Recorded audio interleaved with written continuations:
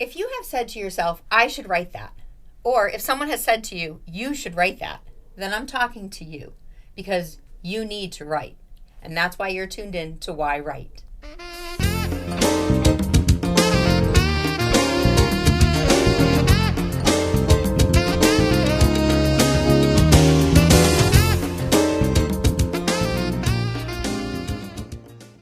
Hi, welcome to yWrite. I'm your host, Angela Grout. Thanks for tuning in to another episode to find out why writers write and why you should be writing your story too. So today we have an interesting guest. We're going to talk a little bit about genealogy. We're going to talk about the mafia, and we're just going to, really dive into some pretty good subjects today. So I want to introduce my guest. His name is Justin Cascio, and he's been writing nonfiction for more than 25 years. He has written articles on health and identity and family. They've been featured in The Good Men Project, Livestrong.com, The Informer Journal, and his own popular website, which is MAFIAgenealogy.com. And we're going to find out more about that. His first book has been published, and it is titled In Our Blood, The Mafia Families of Corleone, a history of the mafia that takes the viewpoint that family is at the heart of the mafia, which really is, because every single one of our families is our own personal mafia. I want to welcome Justin Cascio to the show. Justin, hi, how are you? Thanks for having me, Thank you for coming in. I'm so excited. We just recently connected and had some really great conversations. Saw your book, have your book. I'm going to show In Our Blood right here. I'm this far in, but I'm far enough in to know I'm finishing this. I've only had, a day to read it so far, and usually I read a little quicker. But this is just fascinating. So why did you write this? What prompted you to get involved in writing this in the bloodlines? I was never interested in the mafia until I started to research my own family. Okay. About 10 years ago, I was having a health crisis. I was in kind of a midlife crisis. Aren't we all? And I was in touch with humility, and I wanted to understand where I came from and who I had to thank for being here today. Oh, I love that. And it's the lives of the people that came before me that is a large part of that. I mean, it's not everything, but if you want to be very kind of literal about it, those are the people that brought me here. Yes. So I wanted to understand their lives better. And when I started digging a little bit into the immigrant generation, my twice great-grandparents, I started to find some connections to familiar names. And I wasn't very familiar with the mafia, so it was a couple of bigger names. And when I started to pull on those threads, I found that we were sort of distantly related, but that our stories were close enough together that they might have known one another and even helped one another in New York City. And so I started to flesh that out to see if that was possible, because I also had this story in my family about olive oil. Apparently, the story is that my great-grandfather and his wife would import olive oil that was produced by my great-grandfather's sister, who remained in Sicily. And I thought that was a kind of a strange story. And I didn't know if it was true or if it was a cover for something else, and if it had anything to do with this distant cousin I'd found, whose name is Giuseppe Morello, and he's sort of the mascot of my website. He was the first gangster I really got into, and he was the boss of bosses in New York City in the 1910s. Wow. And he came over from Italy.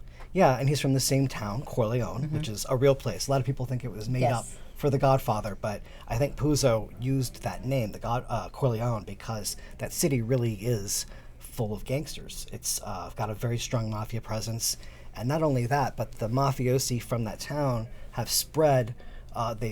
There's a history in Sicily, which I get into in my book, but they also spread across the United States into all these different cities and places that you might not have thought about as being mafia strongholds. Yeah, I know you talk about New Orleans, and you talk about, obviously, California and New York and, Massachusetts. And I am totally in awe of the research that you've done. I mean, first of all, this reads like a Bible. I'm going to say it because, it starts off in the beginning, in the beginning, this is how certain things have started, whether it's the term mafia or it's the town Corleone, like you're saying, or, just the brotherhood and the bonding that families have, which, in Italy kind of refers to the mafia or mafiosa. But you get in, there's so many footnotes in here that I started reading, the footnotes. I'm like, no, I need to just go back to the story and not worry about the footnotes right now. But the research that you've done is phenomenal. And, the index in the back, I mean, look, you want to find out about, anything right here, Andrea Orlean, just like, it's like you have it all. Like, how do you get all the details to that? I started my career as a technical writer. Ah. So if the index wasn't good, I was going to feel real bad about myself. Oh, no. Index is amazing. I mean, I'm working, I have a screenplay I did for my murder mystery. Not that this is a murder mystery, but April Rain. And, trying to figure out, like, okay, which scene has who in it. Like, it'd be so great to have an index to be like, oh, yeah, Teddy Tagoda is in page, blah, blah, blah. And to do all that is just digesting, getting into it. And you really... I can see where your history of technical writing has gone in. The maps in here, the family charts. I mean, that's a lot of work. Not just to do the research on, but even to map it out, to get it on a page. So did you have an editor or a publisher that helped you with that? I did not. I edited it myself. I didn't have anybody else edit it. But in an earlier iteration, I was trying to publish this through an academic house. And so other people have read it and given me feedback, but that was a few years ago. Okay. And I don't even know how someone really would do an edit to proofread it and all, because you have everything in there. I mean, I guess from a lay person's average Joe reading it, you just want to make sure it flows well enough for them to read it, which it definitely does. You have like I said in the beginning, you have in the beginning this is how it starts, and then you get into like so many different family lines where you have, not necessarily the birth certificates, but you have baptismal, marriage records, death certificates, and a lot from the church. Mm-hmm. So how did you attain those? They're available free online. There are so many resources for genealogy, especially if you're Italian American. Yeah. And I also got lucky with the town that my family is from. Corleone's church records are available online going back to, I think, the late 1500s. Wow. And that was the main source that I used to create those family lines. Once you get back past about 1800, there are no birth certificates. There's just baptismal records. Oh, interesting. So, I mean, I'm Italian and French. I've traced, both sides, pretty far back, and started, of course, starting a story, always starting some kind of story, but like using my lineage of my family from Brazileon and how they got to America, like, just trying to find that research and asking family members. I mean, I'm sure this is probably what you did. You ask the elders, like, so how did we end up in America, and learning those stories and researching a little bit, I was able to kind of piecemeal things together. But of course, for me to write exactly what happened, I didn't do the research like you're doing, like I'm using a little more fiction in it and doing my imagination. I mean, my grandfather, or my 3 great-grandfathers back in like 1910 came over from Brazileon to work on the Trinity Church here on Sumner Avenue. He was a bricklayer, a mason, of course, that's what they do. And, he left his wife and family behind. So just like, I have them doing some letter writing back and forth to each other, just to, that's how they would have done it back then. Do I have these original letters? No. But, as someone who carries their blood, I can imagine it, and it's nice to have the imagination to do it, but you're not imagining things. Not for this, no. Yeah. How long did it take you to do this? The research is probably something like 10 years. And the writing process, maybe half that. Wow. And I mean, you've given credit to every resource that you've ever used in every situation in this book. So, like I said, you have the maps, you have the family charts. How did you figure out how to do all those things on the computer? I know you're a technical guy, but still. I guess one step at a time. I've put together large publications before as a technical writer, so I knew how to use word processing tools. The family trees that are in here are from a program called GenoPro, which psychologists use to trace dysfunction in families. So, I've borrowed and adapted the little symbols. Wait, isn't that every family? I think every family has that dysfunction. Oh, sure, but if you want to make a map of that dysfunction, then you might use a geneogram, I think is what they're called. Okay. And so I've adapted some of their symbols, and for my purposes, to show like who immigrated or who is a gangster, where those symbols might have been originally used to show who had, I don't know, alcohol abuse. Oh, interesting. Yeah, I mean, the symbols that I use when I do my own family chart are male or female. That's it. I'm very basic, but I do get it because, especially say, you're following a bloodline if cancer runs in your family, something like that, you can kind of trace it and, I guess figure things like that out. So when did you publish this? Last November 2023. Okay. And how did you publish it? I self-published it on Amazon. Okay. Because I'd gone through the process with a publisher to try and get it published in a more traditional way. Mm-hmm. And it ultimately just wasn't a good fit for that house. And I honestly didn't have a whole lot of connections in publishing. Yeah. But I felt like I understood the challenges of publishing and marketing a book, and that I knew who my audience was. Yeah. Well, I mean, you definitely have to know who your audience is. I think a traditional publisher, it's a shame they didn't take this, and maybe who knows, they will one day. But it's hard for authors to do the traditional publishing route. I mean, for two reasons. I think one is getting them, reaching out to them, getting their interest and getting them to publish it. But two, it takes longer. I mean, with April Rain, had I went the publishing route, I released it right before the pandemic.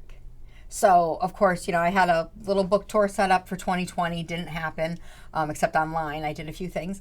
But if I had sent it to a publisher at that point, it probably would be coming out now. Do you know what I mean? It would have been like 4 or 5 years later. And that's, I think, hard. A lot of authors struggle with that because, you finish your book, you get excited, you're ready for it to go out into the world. Friends and family are like, oh, when are you going to be published? And, you have to sit back and wait and be at that publisher. So self-publishing is, almost like 70% of all authors nowadays. Wow, that's amazing. Yeah, I mean, a lot of people just go right on. But marketing it, how are you marketing this? Because that's a whole nother beast. I could probably be doing more. I'm doing talks like this, with you and trying to get my face out there. I give talks, I give presentations on different subjects that are sort of related to this. Like I gave one this month about Italian Americans during Prohibition and what the challenges were that they faced. And I really enjoyed giving that presentation because it made me really think about the history and what that challenge actually was. It's like, yeah, we're framing it as prohibition, but was alcohol prohibition the main challenge that our ancestors faced? Yeah. I didn't come to that conclusion. And so I draw out the scene, what's going on during that time period. It's not just prohibition, it's also the rise of fascism, it's the doors are closing on immigration. And so those are the real challenges that our immigrant ancestors faced. And all of this opened up to you when you decided you wanted to just find out your lineage. Yes. Yeah, I just got deep into it. Yeah. I'm interested in social justice. I'm interested in the sources of evil. And I think that we, people, tend to think of evil as a sort of a really obvious villain. Like people who do evil in the world are not out there twiddling their mustaches and tying girls to railroad tracks. It's they look like you and I. Yes. A lot of their lives look very normal. Yes. So what really does prompt it and what feeds it? Right, and when you talk about the mob and the mafia, and they're not necessarily, I mean, I'm not speaking for them, but joining for this evil. They're joining to be part of this family, to belong, and then to help each other out. And a lot of times when you're helping each other out, that's when some of the evil is starting. Evil, I don't really like that word, but in my experience doing this research, it is a way for criminals to come together and help one another. So the crime comes first. Interesting, and if they just put their minds to solving cancer like they do for, how to, whack someone off, the world would be free of cancer. So I have so many questions when it goes into this because it's just so fascinating. I mean, the publication of it itself fascinates me because, like I said, I mean, you have so many references, and not just at the end of the book, like in each chapter. And, it's just amazing that not only you took the time, I mean, every writer has to take the time to do it, but that you found that resource. And are these things that you, stumble upon? Or, I mean, I know you said, getting into the baptismal certificates and the marriage certificates and finding out the history of certain people in their towns. is this all online? Did you go to Italy? Did you visit? Did you do firsthand research? I've never been to Italy. I would love to go someday. Okay, we gotta on go. my bucket list. We gotta go. We're gonna go and check this all out. I think you need to be there doing a book signing. Right there. I'll be your agent. Let's go. There's two kinds of references in here, more or less. Maybe 80% of them are genealogical. So marriages, deaths, etc., census records even. But then the other ones are other mafia writers, other people who are theorizing about how the mafia operates. Because this book is not taking a traditional view of how the mafia is organized or how it spreads or its methods, its membership. I'm presenting a new way of looking at the mafia by starting with the family. Because the culture of southern Italy it does revolve around the family. That is the first place you belong. Okay, you're going to provide for your family. You're going to protect your family. And you don't rely on anybody else to help you with that. There's no police. In the time period that the mafia was originating, you could not go to the police. You could not go to the courts. So the mafia there was literally the police. The men in black. They were what happens when the police are not any good.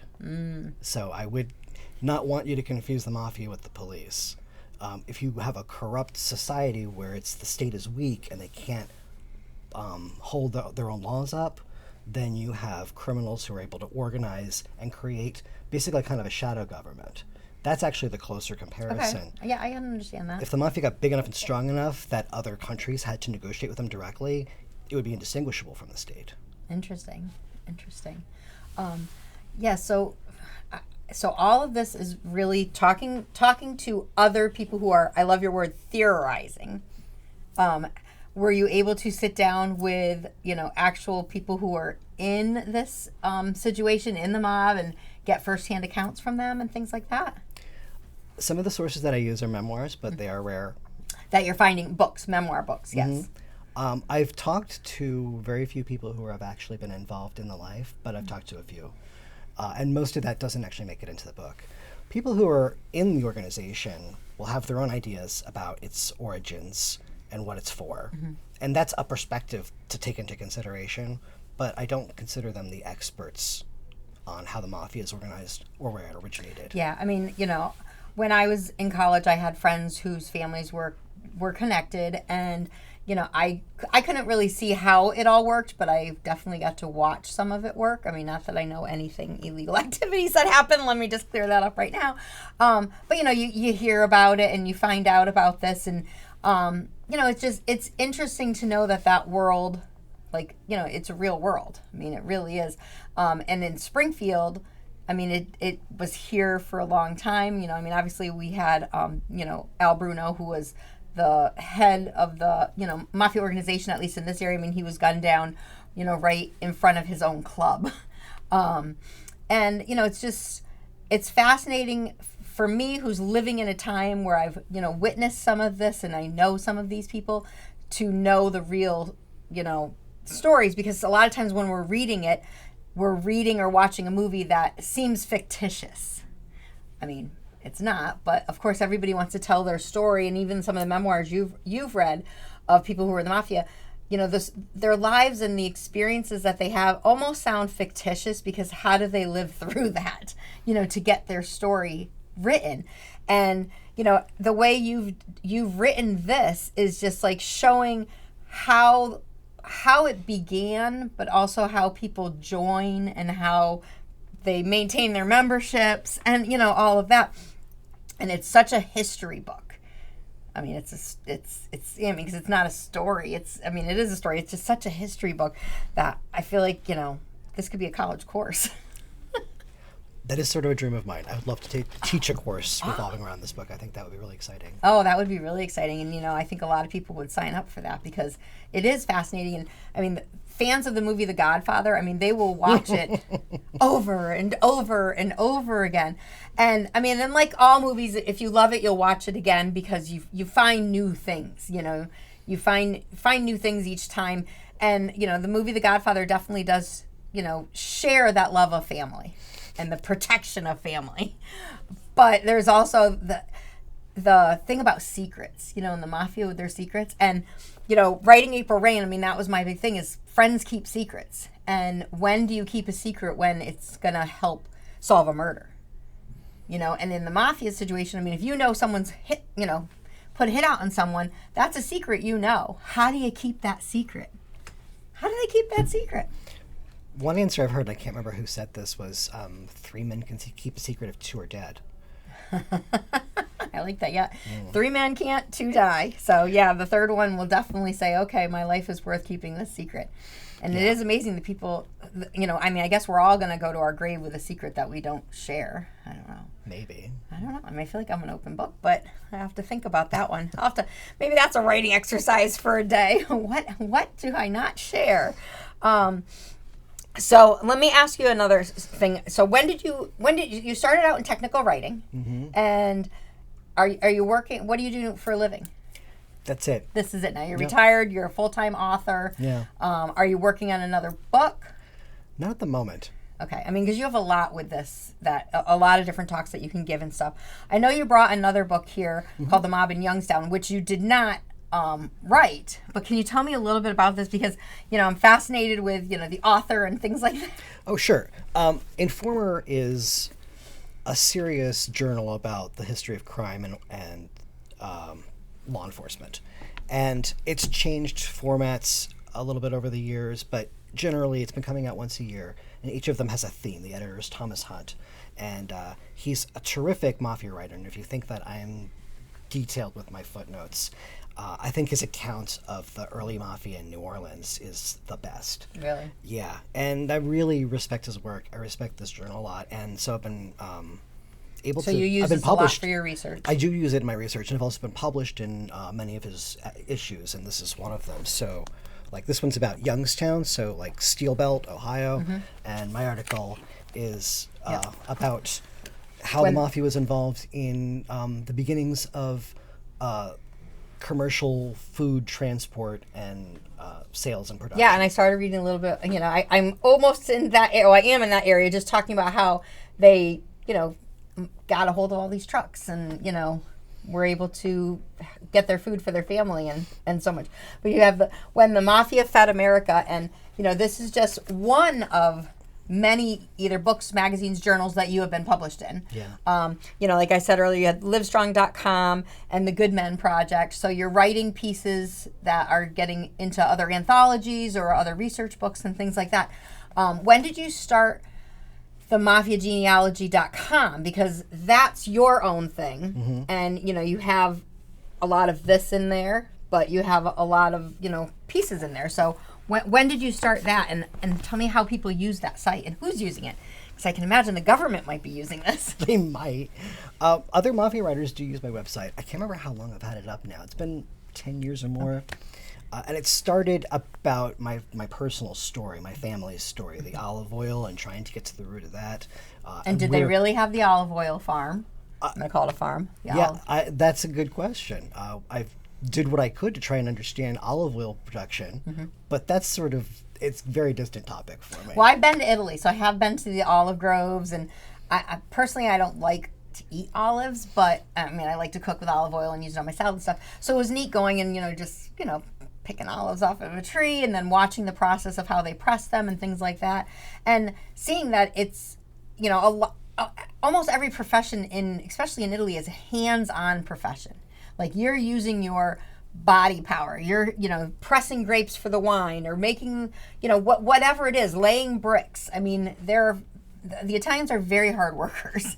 And, I can see where if your family owned this farm in Sicily, Corleone, Sicily, right? Yes, you're making the wine and, sending it off to America. And that's like its first way to get into the country. And obviously somebody in your family followed that olive oil into the country, right? What'd you find? Well, came to the country. Did they show up with the first bottle and say, I'm here, I'm going to market it? Or I think they shipped it. Yeah, but did they come? They must have. Who came? I'm thinking they put a barrel on a ship. Okay. Away it went. And then my family, picked up at the docks and brought it back to their apartment and sold it to their neighbors. But whether the barrel contained olive oil or counterfeit currency or cocaine or alcohol. I don't know. We got a good thriller in the works there. Could have been anything in the barrel. But the fact that the story persists is interesting to me because there's reasons that people keep stories in their families, and it's usually to prop up a very important belief about the family. That we are lucky or that we are productive or whatever it is. We keep the stories that reinforce that message. The story about my family's immigration was a starting point to understanding how my family actually got here, but it didn't have all the details. There were important parts left out, and I'm even interested, especially interested in the parts that we leave out and why, because because our families have black sheep in them. There are people who wind up leaving the main story, but they're still a part of it. Yeah, no, it's so true. When I was tracing back, even my roots and knowing 3-4 grandfathers back, when it was a bricklayer, worked on Mount Carmel Church, the whole family bought a complex of, houses on Acushnet Avenue, doing that research and then finding out, who was living in these houses. And, and back then you did have, the parents with their kids living in the floors above with their spouses. Everyone kind of stayed in that one house. And then, the wife's on the first floor married to her husband, but her sister's living next door with her husband, with their children. And then all of a sudden, someone, what happened to that child? Oh, don't worry about it. Don't worry about it. And it's well, wait a second. Y'all came here. Y'all were living there happily. And you're right. It's you almost get curious of what they did or what one of them did to say, they're no longer part of our story. And then that's where, me as a fiction writer can be all right, let's create a scenario here, Yeah, why did that child leave the family? Yes, what did they do? No, and I did start, a memoir years ago, which, I call it Not Long Ago. And not long ago, I am bringing that history of my family and how, they came from Brasilian into the city of Springfield, Massachusetts, and trying to nurture all that. But in the research of it, I did find out that, there was a grandmother who died in childbirth. There was a great aunt that, ended up, I want to say overdosing by accident on medication during the time of the flu. And, her child died of the flu, and then she was pregnant and she died. So they all got buried in one casket, which I found kind of fascinating, because here I just picture this one casket and she's laying in there with a, dead fetus, with her 7-8-year-old child in the same casket because it was cheaper to bury them all together. And then, going over to St. Michael's Cathedral and doing the research on where they're buried. And it was fascinating to do, but even when I was doing it, I'm why am I doing this? And as you're sharing your story, you do want to find out where you came from, because it's literally in our blood. It's in our blood to know the history of our blood, because the energy still gets carried. In understanding the family dynamics that create mafia, it's not dissimilar at all from traditional Sicilian culture. Sometimes it's just amped up a bit.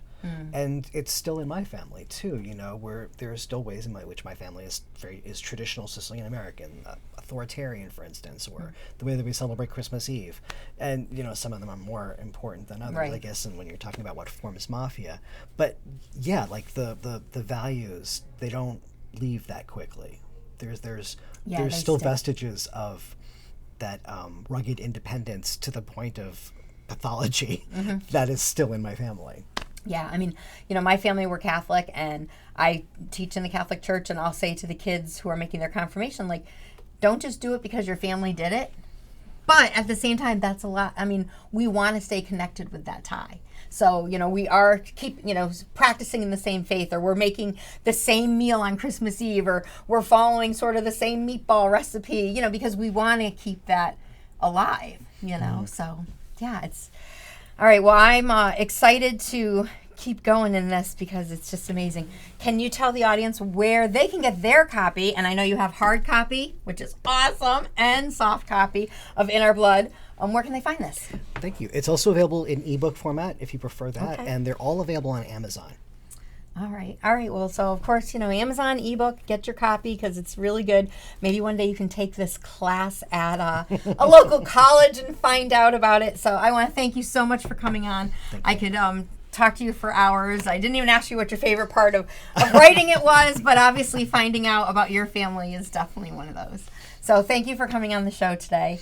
And I want to thank my audience for tuning in to yWrite. I am enamored with this show always, you know that. And, there's always something that we can all learn. So, I hope that today when you pick up your pen during our writing prompt, you're going to get something out of it today. Because, based on what Justin's telling us, that our family, family line is in our blood, I want to give you this moment to, set your clock for 5 minutes when the show's over and start writing. So here's your writing prompt today. What I want you to do is start your family tree.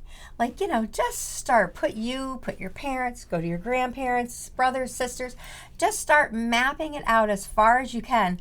And then once you have it as far as you can, what I want you to do is maybe write down what their occupation was or something like that.